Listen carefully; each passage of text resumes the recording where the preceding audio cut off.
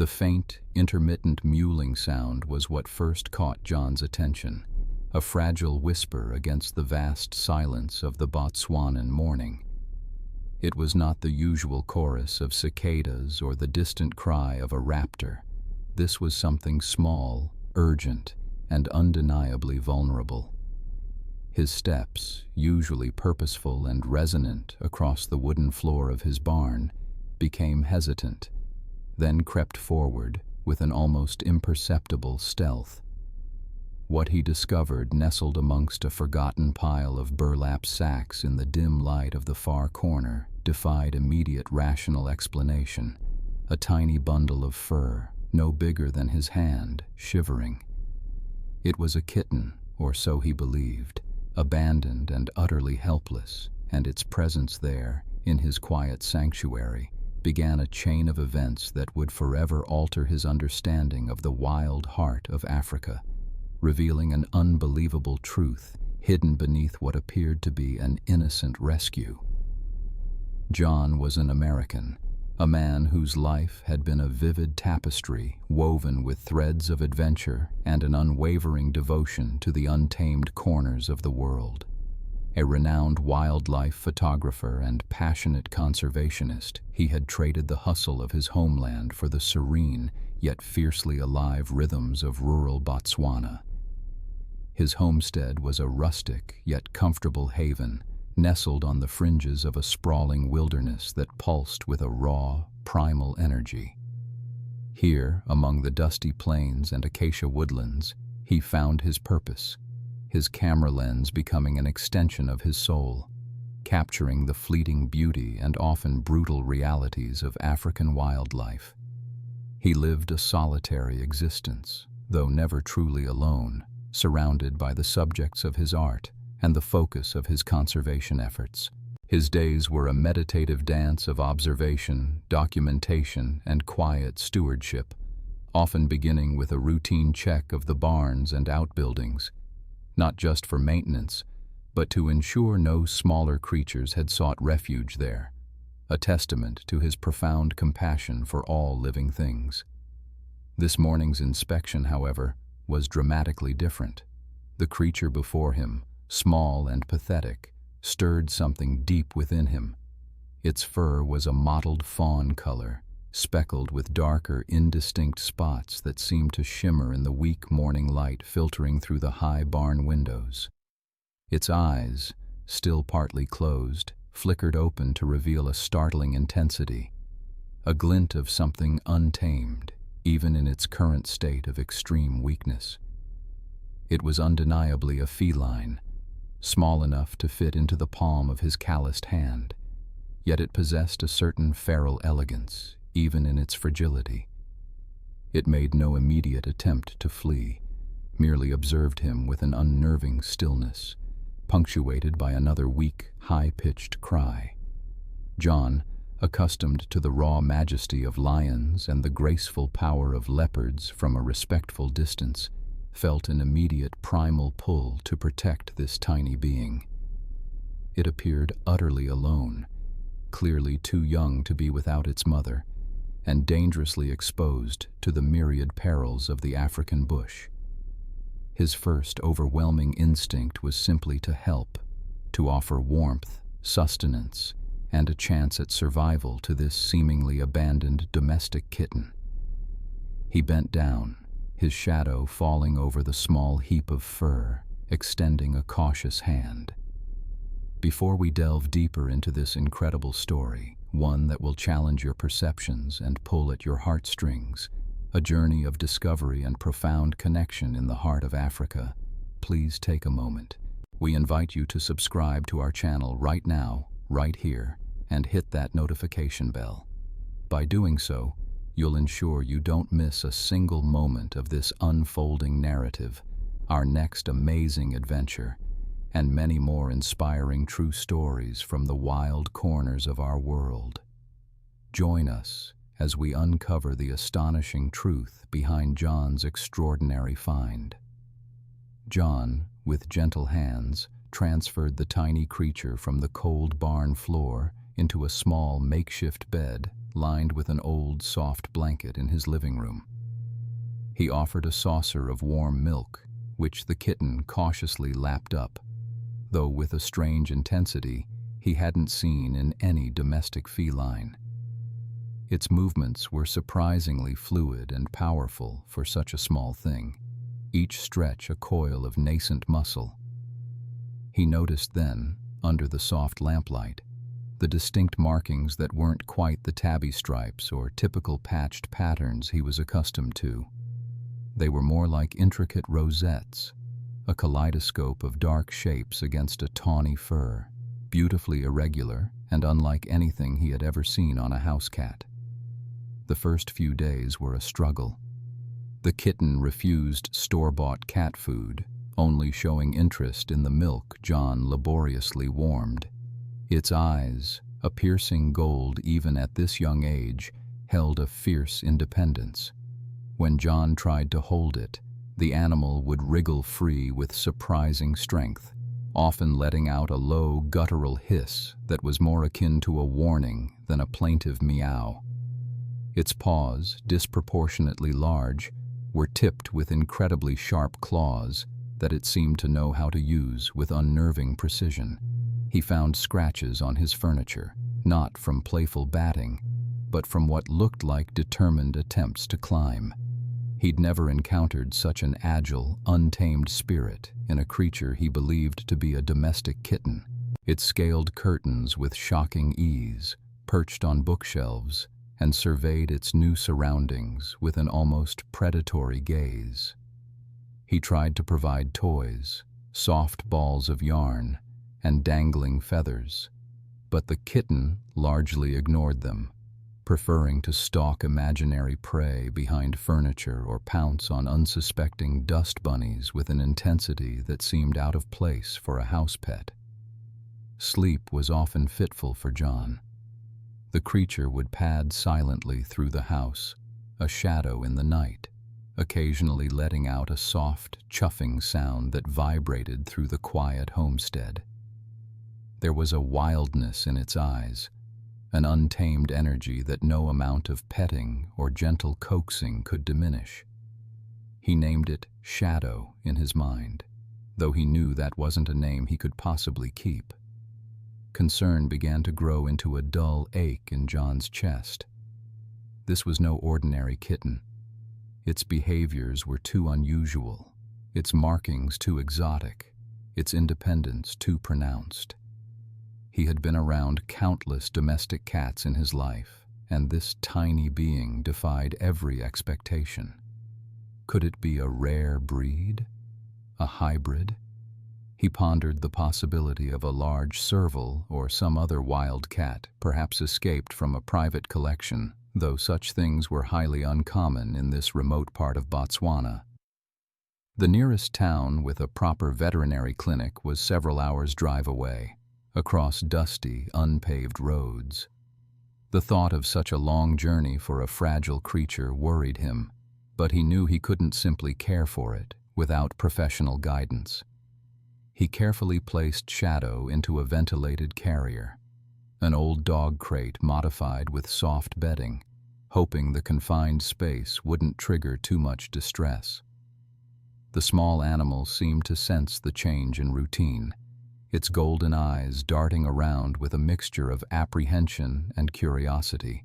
The journey itself was arduous, the dilapidated truck bouncing over the rough terrain, the African sun beating down relentlessly. John kept glancing at the carrier, a knot of anxiety tightening in his stomach. He mulled over what the vet might say, half expecting to be told it was simply a particularly feisty domestic breed, and half dreading a more complicated explanation. He knew he was out of his depth, and the responsibility felt immense. His only hope was that the vet, with her specialized knowledge, could unravel this mystery and provide guidance on how best to care for this enigma he had found in his barn. He desperately wanted to do right by the creature, whatever it turned out to be. He just knew, deep down, that something truly extraordinary was unfolding. The journey to Dr. Anya's clinic was fraught with a strange mix of anxiety and anticipation. John cradled the small creature, now named Quito, whispering reassurances, though he wasn't entirely sure for whom they were intended. The long drive through the dusty, undulating landscape of Botswana gave him ample time for reflection.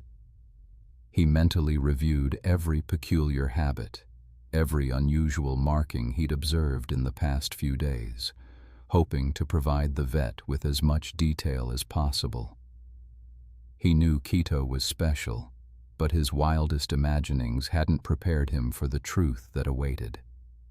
Upon arriving at the modest, yet impeccably clean clinic, John was greeted by Dr. Anya, a woman whose kind eyes belied a formidable reputation as one of the region's most respected wildlife veterinarians.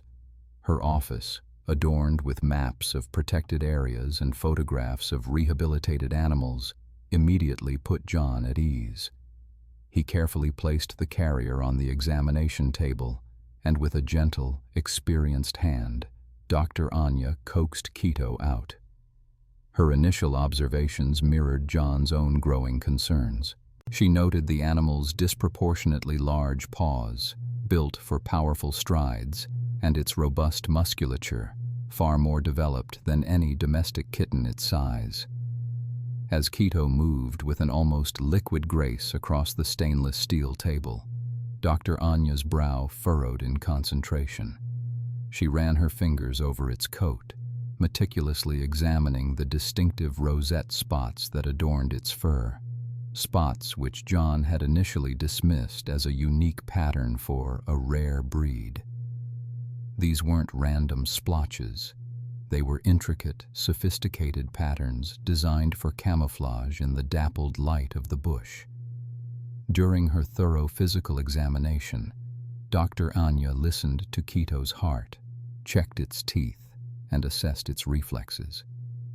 She paused, her ear close to the cub, when Quito let out a series of low, guttural chuffs, entirely unlike the familiar meows or purrs of a house cat. There was an undeniable wildness in its vocalizations, a deep resonance that hinted at a creature far removed from domesticity. She took blood samples and a few strands of fur for DNA analysis, her movements precise and deliberate, betraying a growing conviction about the animal's true identity. The tension in the room steadily built as Dr. Anya concluded her preliminary assessment. She turned to John, a solemn expression on her face. "John," she began, her voice calm but firm, "I need you to prepare yourself for some rather astonishing news." John braced himself, his heart pounding in his chest. He anticipated hearing about a rare hybrid, perhaps a serval or caracal mix, something exotic but still within the realm of cat. Then came the words that stopped his world. "This isn't a domestic cat, John, not even a hybrid. Based on its physical characteristics, its vocalizations, and frankly, its undeniable wild instincts, this is a young leopard cub." The air left John's lungs in a silent whoosh. He stared at Dr. Anya, then back at the small, spotted creature now batting playfully at a dangling stethoscope. A leopard cub. The words echoed in his mind, surreal and monumental. He had been caring for a wild predator, one of Africa's most iconic and elusive big cats. The innocent kitten he'd found in his barn was, in fact, a magnificent, untamed spirit. A profound silence descended upon the examination room, broken only by the soft chuffs of Quito. John felt a dizzying mix of shock, awe, and a burgeoning sense of responsibility. The implications were immense, stretching far beyond the simple act of feeding and sheltering a lost animal. He had unwittingly become the temporary guardian of a creature whose very existence embodied the wild heart of Africa. The reality settled over him, heavy and undeniable. His barn had briefly harbored not a stray, but a piece of the wild, a secret that now, startlingly, stood revealed. The astonishing revelation hung heavy in the air, transforming the innocent scene into one charged with immense consequence. Dr. Anya, sensing John's disbelief and the weight of the moment, gently guided him to a nearby chair. Quito, oblivious to the human drama, continued to explore the exam table with curious intensity, its every movement a testament to its wild heritage. Dr. Anya explained the immediate critical challenges ahead. "John, this is not just any animal. This is a protected species. Keeping it as a pet is illegal, dangerous, and fundamentally detrimental to its survival instincts. Reintroducing a leopard cub to the wild, once it's become habituated to humans, is incredibly difficult, almost impossible in many cases. Its survival depends on a very delicate balance of careful intervention now and minimal human interaction moving forward." She elaborated on the severe risks associated with human habituation. A leopard cub that grows up too comfortable around people loses its natural fear, making it vulnerable to poachers, retaliatory killings by livestock owners, or even starvation if it doesn't learn to hunt effectively. Conversely, an adult leopard that associates humans with food can become a danger to communities. The ethical tightrope they now had to walk was precariously thin. Quito's future, its very essence as a wild predator, hung in the balance, shaped by every decision they would make from this point forward. John listened, stunned, his mind struggling to process the enormity of her words. He looked at the small, spotted creature he had affectionately named Quito, meaning precious in Swahili, a name he had given without fully comprehending the true preciousness, the wild, untamed value it held. He felt a profound pang of guilt and a deepening sense of dread. He had grown undeniably attached to the cub, had nurtured it, fed it, and offered it warmth. He had felt protective, a bond forming in those quiet moments in his barn. Now he understood that his well-intentioned actions, while stemming from compassion, could inadvertently be Quito's undoing. His moral dilemma was palpable. How could he reconcile his burgeoning affection for Quito with the absolute necessity of preserving its wildness? How could he, a man who had chosen a solitary life dedicated to observing wildlife from a respectful distance, now actively work to distance himself from a creature he had rescued?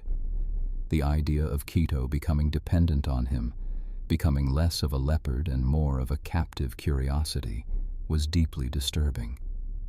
He understood intellectually that Quito's welfare and its ultimate future in the vast, unforgiving African wild must take absolute precedence over his personal feelings or the comfort he found in the cub's presence. This was no longer about a lost kitten needing a home. It was about saving a piece of the wilderness, ensuring an apex predator had the chance to fulfill its natural destiny. It was about Quito living free, hunting under the vast African sky, not confined or domesticated. He knew with a certainty that chilled him to the bone that the journey ahead would be long and arduous, demanding sacrifices he hadn't even begun to fathom. It would require him to fight against his own instincts to nurture, to deliberately foster a sense of independence and even wary distance in a creature he had sworn to protect. The naive joy of discovery had evaporated, replaced by a sobering, profound responsibility. He had found a wild leopard cub, and now he had to ensure it remained wild. The challenge was monumental, but the conviction that Quito deserved nothing less was absolute. The staggering revelation that his barn had harbored a leopard cub, a true wild spirit, had left John reeling, but the shock quickly morphed into a fierce determination. Quito deserved a future, a wild one, and John knew he was now inextricably linked to ensuring that future. Dr. Anya, recognizing the immense challenge ahead, immediately connected John with a network of seasoned wildlife rehabilitation specialists and a reputable rehabilitation center. This wasn't a task for amateurs. It required carefully orchestrated expertise. Together, they meticulously outlined a comprehensive plan for Quito's care, a strategy designed to nurture the cub's natural instincts while minimizing any further human habituation. The primary goal was clear: prepare Quito for a successful return to the wild. This involved a multifaceted approach, beginning with the construction of a specialized enclosure on John's expansive property. This wasn't merely a cage. It was designed to mimic Quito's natural habitat as closely as possible, complete with varying terrain, natural foliage, and secluded spots for hiding and resting. The design prioritized enrichment, providing opportunities for climbing, exploring, and engaging in behaviors crucial for a developing leopard. The rehabilitation process, however, was fraught with difficulties, testing John's resolve and patience. Quito, having spent its formative weeks in human care, initially struggled to develop the robust predatory instincts necessary for survival in the wild. The cub, still small, had grown accustomed to the predictable comfort of milk from a bottle and the warmth of John's presence. Now, the specialists emphasized radical changes. Direct human interaction was drastically reduced. John, heartbreakingly, had to distance himself, observing Quito from afar, a camera often serving as his only direct link. Feeding systems became remote, designed to encourage Quito to actively seek out food rather than passively receive it. Special scent enrichment programs were introduced, using the natural odors of prey animals to stimulate Quito's hunting drive and familiarize it with the smells of the wild. They even explored the possibility of using surrogate mother figures, though finding a suitable tame leopardess was a logistical nightmare. Instead, they relied heavily on simulated hunting scenarios within the enclosure, using toys and food puzzles that mimicked the challenge of a chase and kill.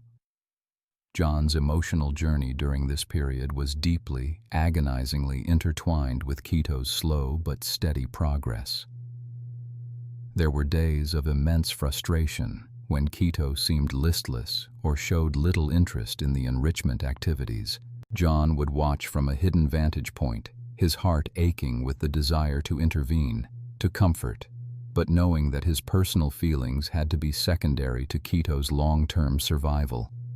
He witnessed heartbreaking setbacks, moments where Quito seemed to regress, clinging to the remnants of its human-dependent past. Yet, there were also small but significant triumphs.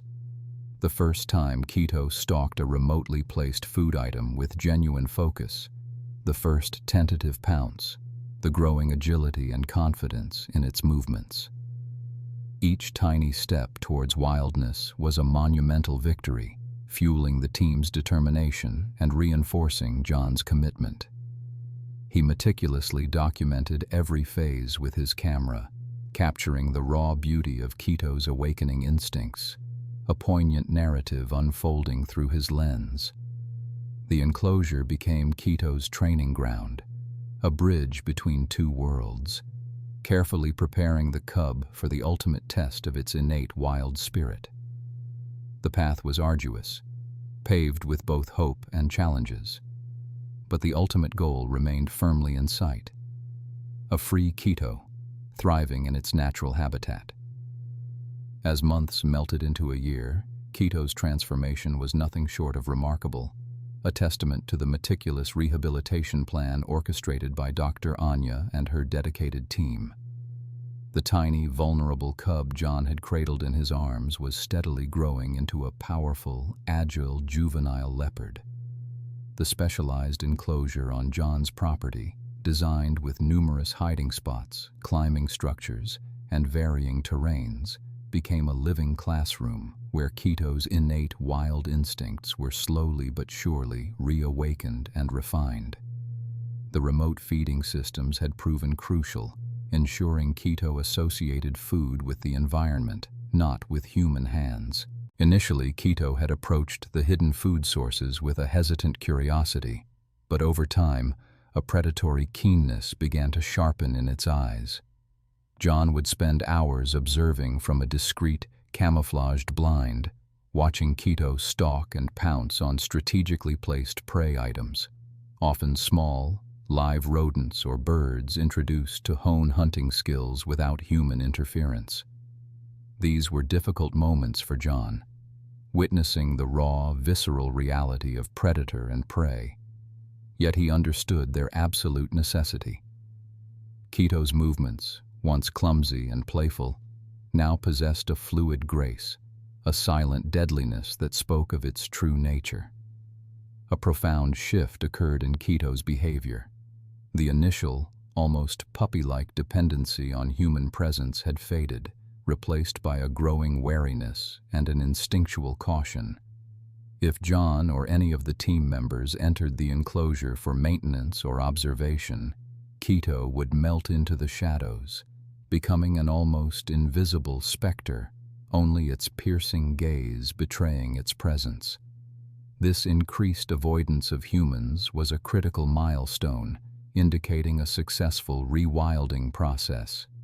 Quito's chuffs and growls now resonated with a deeper authority, and its territorial markings, once just playful scratches, now clearly delineated its domain within the enclosure. John, with his photographer's eye and conservationist's heart, meticulously documented every stage of Quito's journey. His camera captured the leopard's developing musculature, the increasing intensity in its golden eyes, the elegant patterns of its rosettes as they seemed to ripple with each stealthy movement. These photographs weren't just scientific records. They were a personal diary of Quito's reclamation of its wild self, a visual narrative of both the beauty and the inherent struggle of a creature born to the wilderness. Each image told a story of hard-won progress, of setbacks overcome, and of the unwavering dedication of a team committed to Quito's freedom. John began to see Quito not just as the cub he saved, but as a living emblem of the wild, a powerful reminder of nature's enduring spirit. As Quito approached full juvenile maturity, a new weight settled upon John and the team: the inevitable, difficult decision of release. The success of the rehabilitation, paradoxically, made the impending separation more poignant. John knew, with a certainty that both warmed and chilled him, that this would be the hardest part of their entire journey, yet also the most vital for Quito's future. To keep Quito, even in the most naturalistic enclosure, was to deny it its birthright, true freedom. The team, led by Dr. Anya, began the meticulous process of identifying a suitable release site. Countless hours were spent analyzing satellite imagery, studying prey populations, assessing the presence of other leopards to avoid conflict, and confirming the area's protected status. They eventually pinpointed a vast, untouched wilderness area, far from human settlements and teeming with the kind of prey Quito would need to thrive. It was a place where Quito could disappear into the landscape, a ghost among the trees, living out its life as nature intended. Emotional preparations were quietly underway. John found himself spending more solitary moments near Quito's enclosure, not interacting but simply observing, imprinting the image of this magnificent creature on his memory. He observed Quito's innate grace, its burgeoning strength, and the raw wildness in its eyes, a wildness he had helped to nurture. The bittersweet farewell loomed large, a mixture of profound sorrow at letting go and immense pride in having played a part in returning a wild soul to its rightful home. The team, too, felt the quiet anticipation, a culmination of their efforts, knowing that soon Quito would embark on its greatest adventure, alone in the vast, untamed African bush. The air was charged with a palpable tension, a mixture of exhilaration and subdued apprehension, as the day of Quito's release finally dawned. A cool, crisp morning had settled over the African landscape, painting the sky with hues of nascent light, a fitting backdrop for such a momentous occasion. John, Dr. Anya, and their small, dedicated team moved with practiced efficiency, each step deliberate, each action imbued with a quiet sense of purpose. The specialized transport crate, reinforced and secured, stood ready near Quito's enclosure. It was a familiar sight, yet today it carried an entirely different weight, representing not a temporary relocation, but a doorway to Quito's permanent freedom. Quito, sensing the unusual activity, was wary. Its golden eyes, now fully mature and filled with an untamed intelligence, observed their movements from the dense foliage within its enclosure. The process of coaxing the powerful juvenile leopard into the crate was a delicate ballet of patience and expert handling, relying on the positive conditioning and minimal sedation tactics they had honed over months.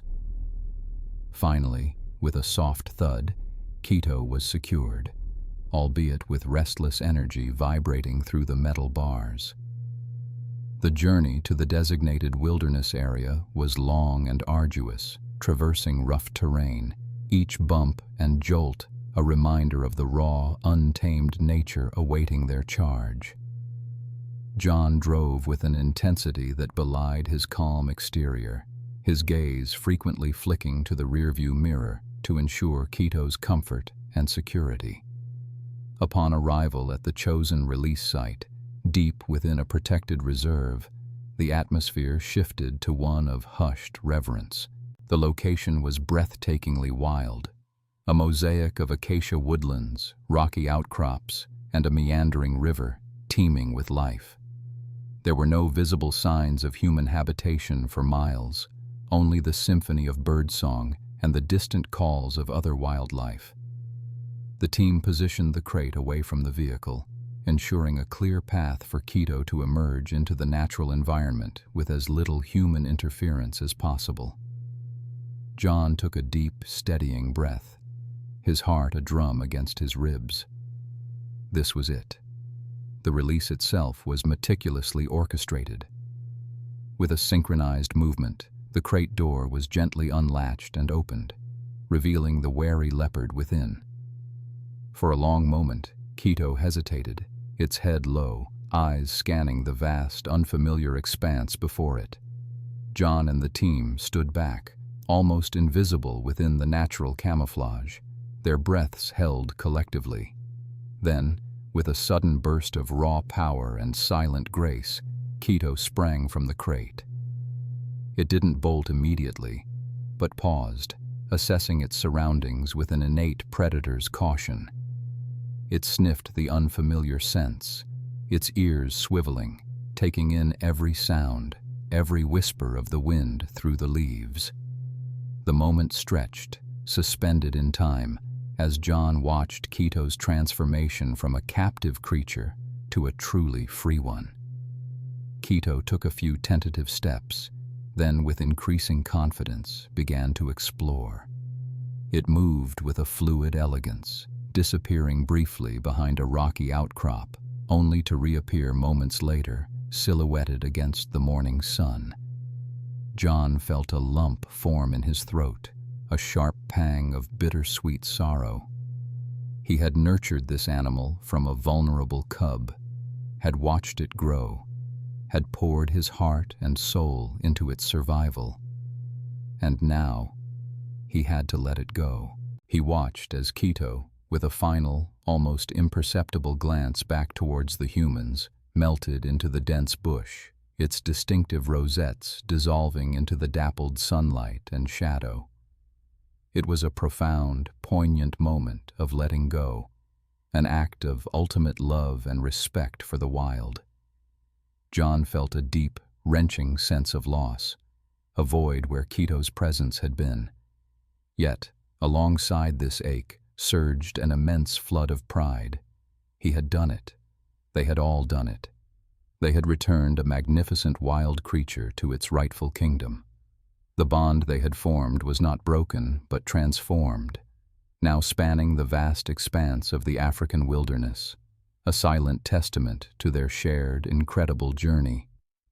He knew Quito was where it belonged, fulfilling its destiny as a true leopard of the African bush. The release of Quito marked a profound transition, not just for the leopard, but for John and the entire rehabilitation team. While the emotional farewell was deeply felt, their commitment to Quito's future did not end at the moment the cub vanished into the dense bush. Post-release monitoring became paramount, a critical phase ensuring Quito's successful integration into the wild ecosystem.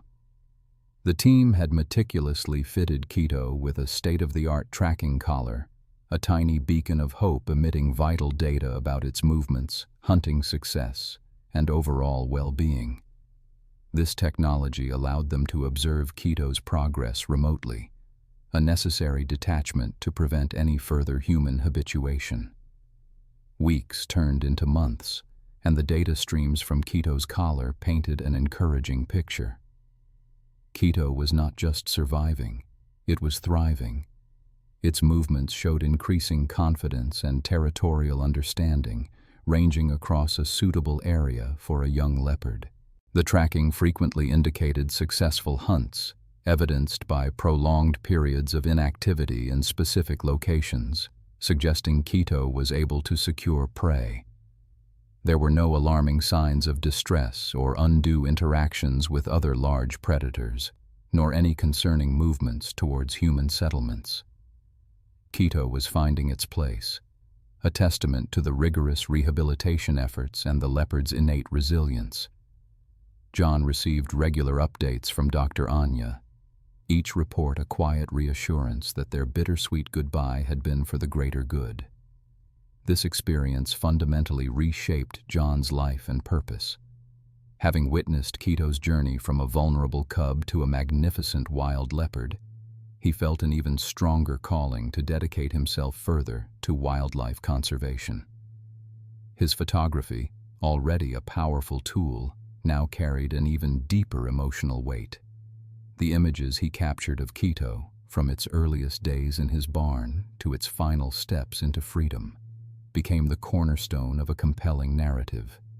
He began sharing Quito's story through various platforms, from intimate gallery showings to powerful online presentations, using his art to raise awareness and garner support for endangered species.